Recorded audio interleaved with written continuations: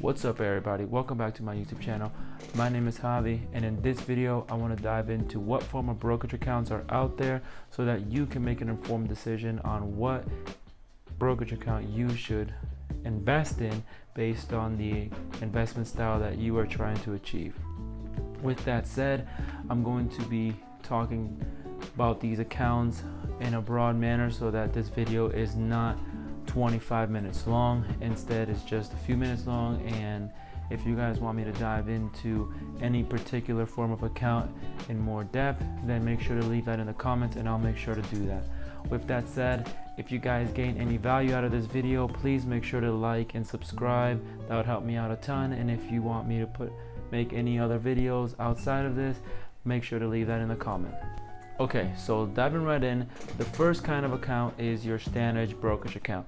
This is probably what most people have heard about and are familiar with. So this is your Robinhood, your Webull, your M1 Finance, your Thinkorswim, your E-Trade, etc. This account allows for the most degrees of freedom, pretty much allowing the investor to do whatever they want with their money. They can invest in stocks, bonds, options, ETFs, mutual funds, index funds, etc. Pretty much what they want to invest in, they are allowed to do so for the most part, as long as that particular company that they are using has that form of investment in them, which most of them do. Alright, so these forms of brokerage accounts allow for the most degrees of freedom because the investor can invest in anything that they want, let's say Apple, and then if they feel like it, then they can sell that next day, and there won't be any penalties or anything like that.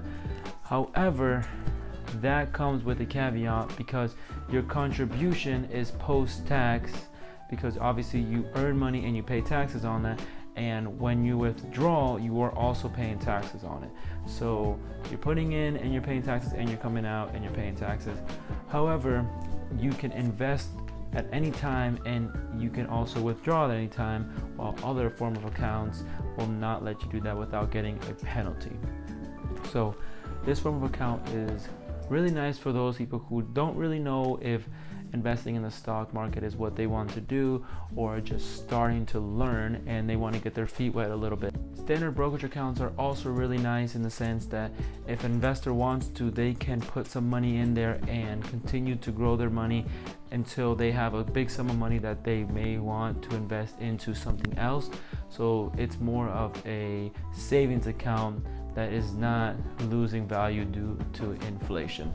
So that is primarily another reason why some investors will decide to do a standard brokerage account. Another reason too is a lot of other form of accounts that I'm going to talk about shortly have a limit to how much money you can invest in there.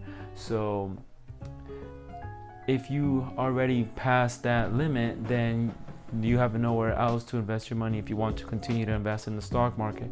So your standard brokerage account is a way where you can continue to invest more money into the market if you so want to. And then also some of these accounts are really user friendly, and making short-term capital gains are a form of passive income that can bring your annual income up a little bit more if that's how you want, that's what you want to do. So there are two ways that you are going to pay taxes on standard brokerage accounts, and the first way is if you hold your money for less than a year. So that is called short-term capital gains. So if let's say you buy an account Apple today and you sell it in 9 months, then that is considered short-term capital gains because you've held it for less than 1 year. So how much taxes you're going to pay depend on how much money you make that year, and you add how much you made and your normal job on top of how much you gained. So let's say that you make $50,000 in your regular job, and then you made $10,000 on short-term capital gain, then your yearly income that year was $60,000. So how much you pay taxes depends on the tax bracket.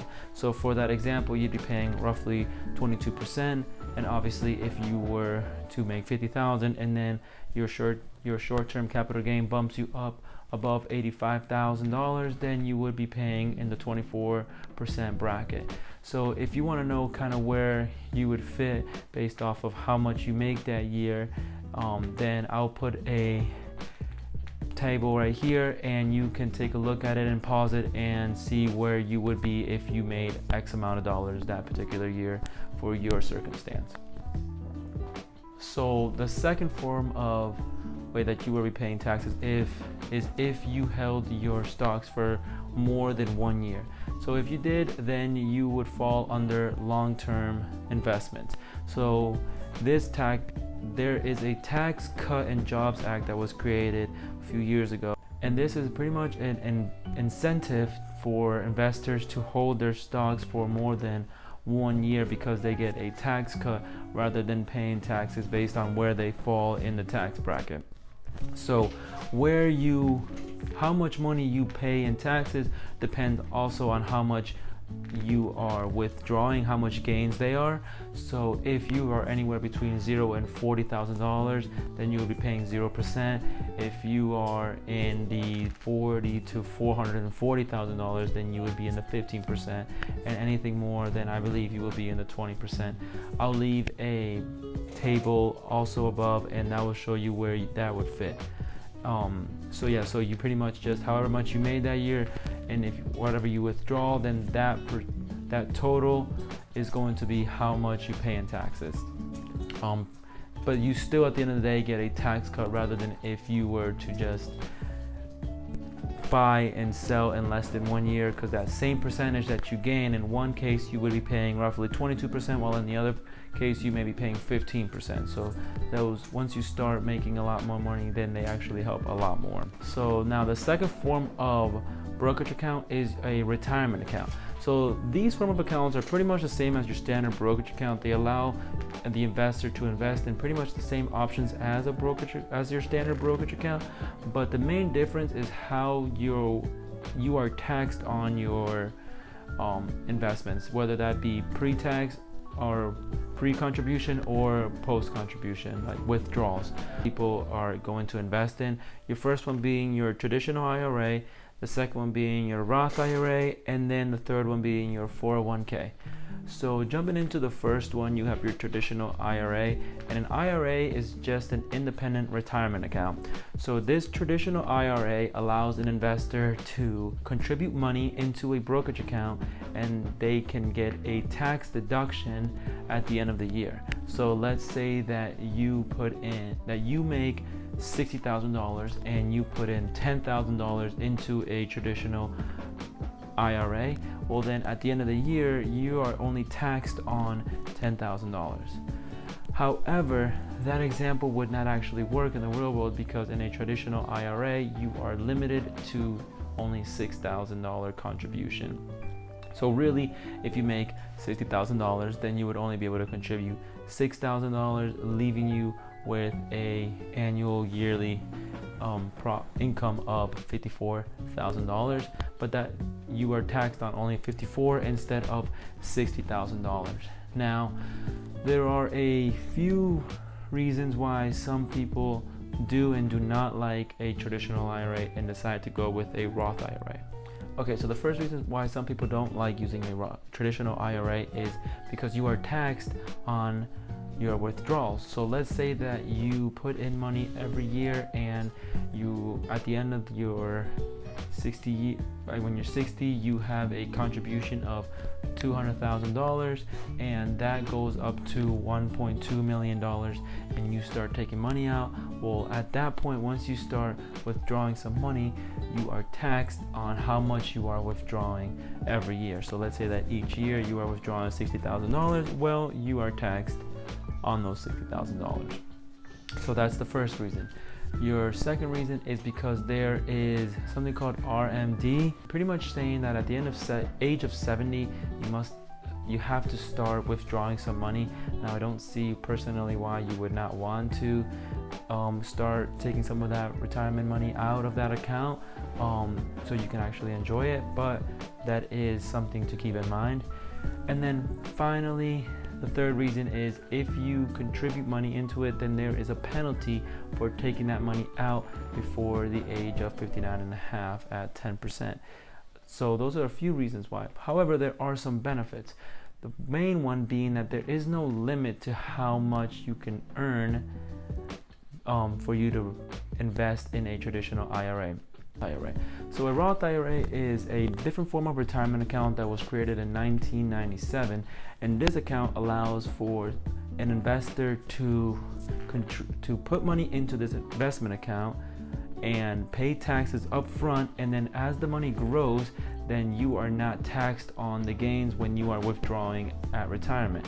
So let's say that same example where you are investing for a couple years and you have invested $200,000 and it turns into 1.2. Well, you had paid taxes already on that $200,000.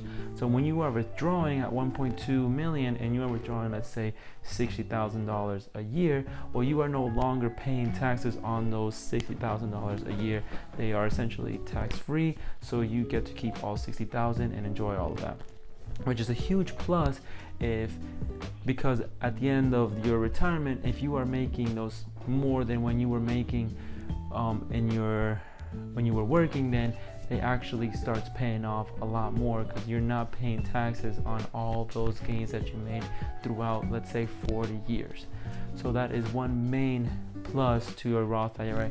However, there is an income limit to how much you can make with a Roth IRA, and as a single individual, you are only allowed to make $139,000 before you are no longer able to invest in a Roth IRA.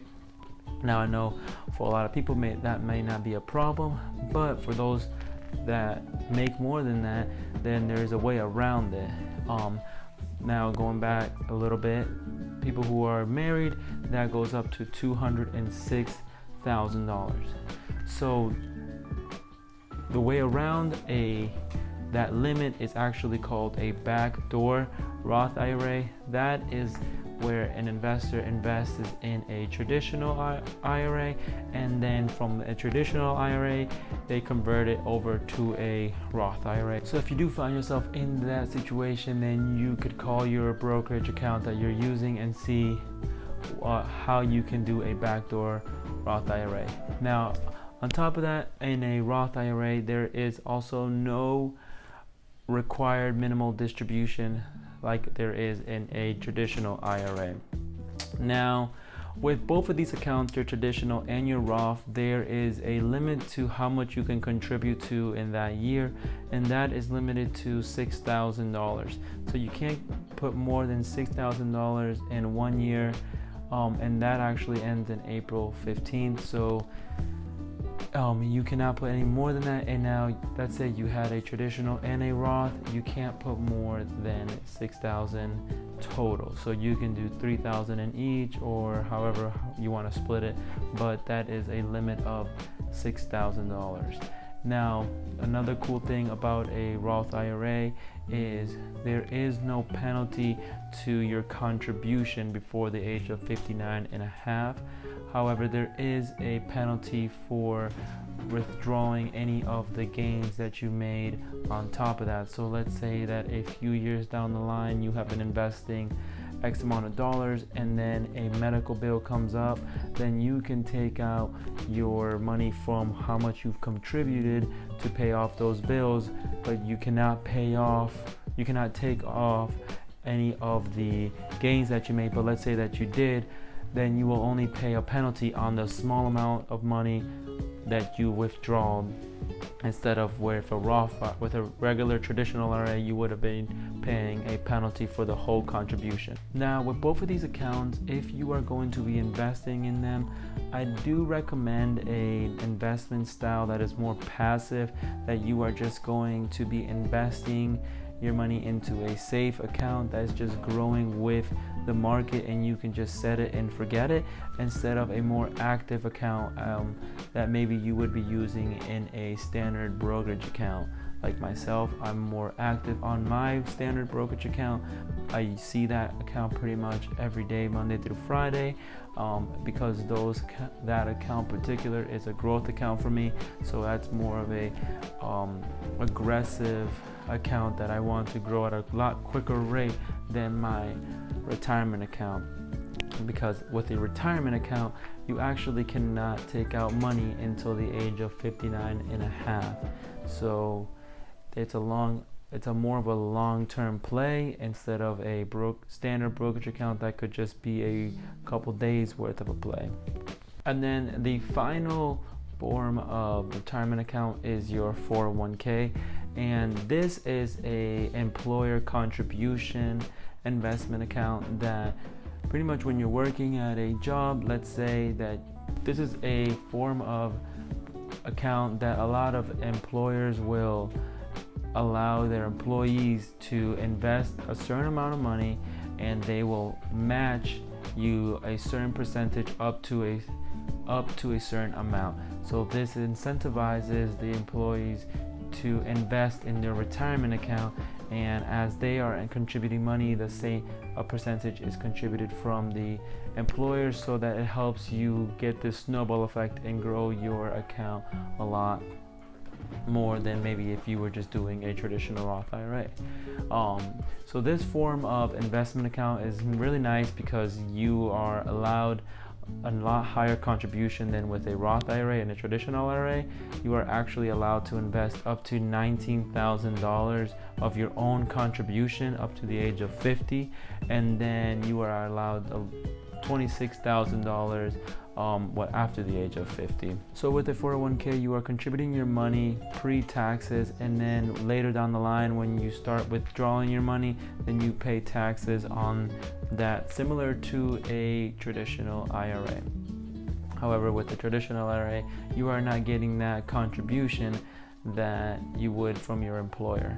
So if you do have a 401k wherever you work, I would 100% recommend at least doing the highest match, so that you are getting extra money at the end of the day. Because let's say you have $58,000 salary, well, if you put 3% and then your employer gives you that same 3%, well, now you are making 6% more at the end of the year, and that after a couple years can start adding up to a big sum of money.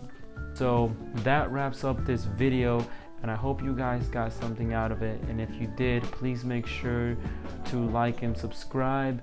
I do plan to make another video talking about what form of account you should open up with your Roth or your traditional IRA, and what form of investment or stocks I'm investing in each of them, that is going to allow me to invest in these form of accounts and have a passive income for the near future. So I hope you guys like this video again, and I will see you next time. Peace.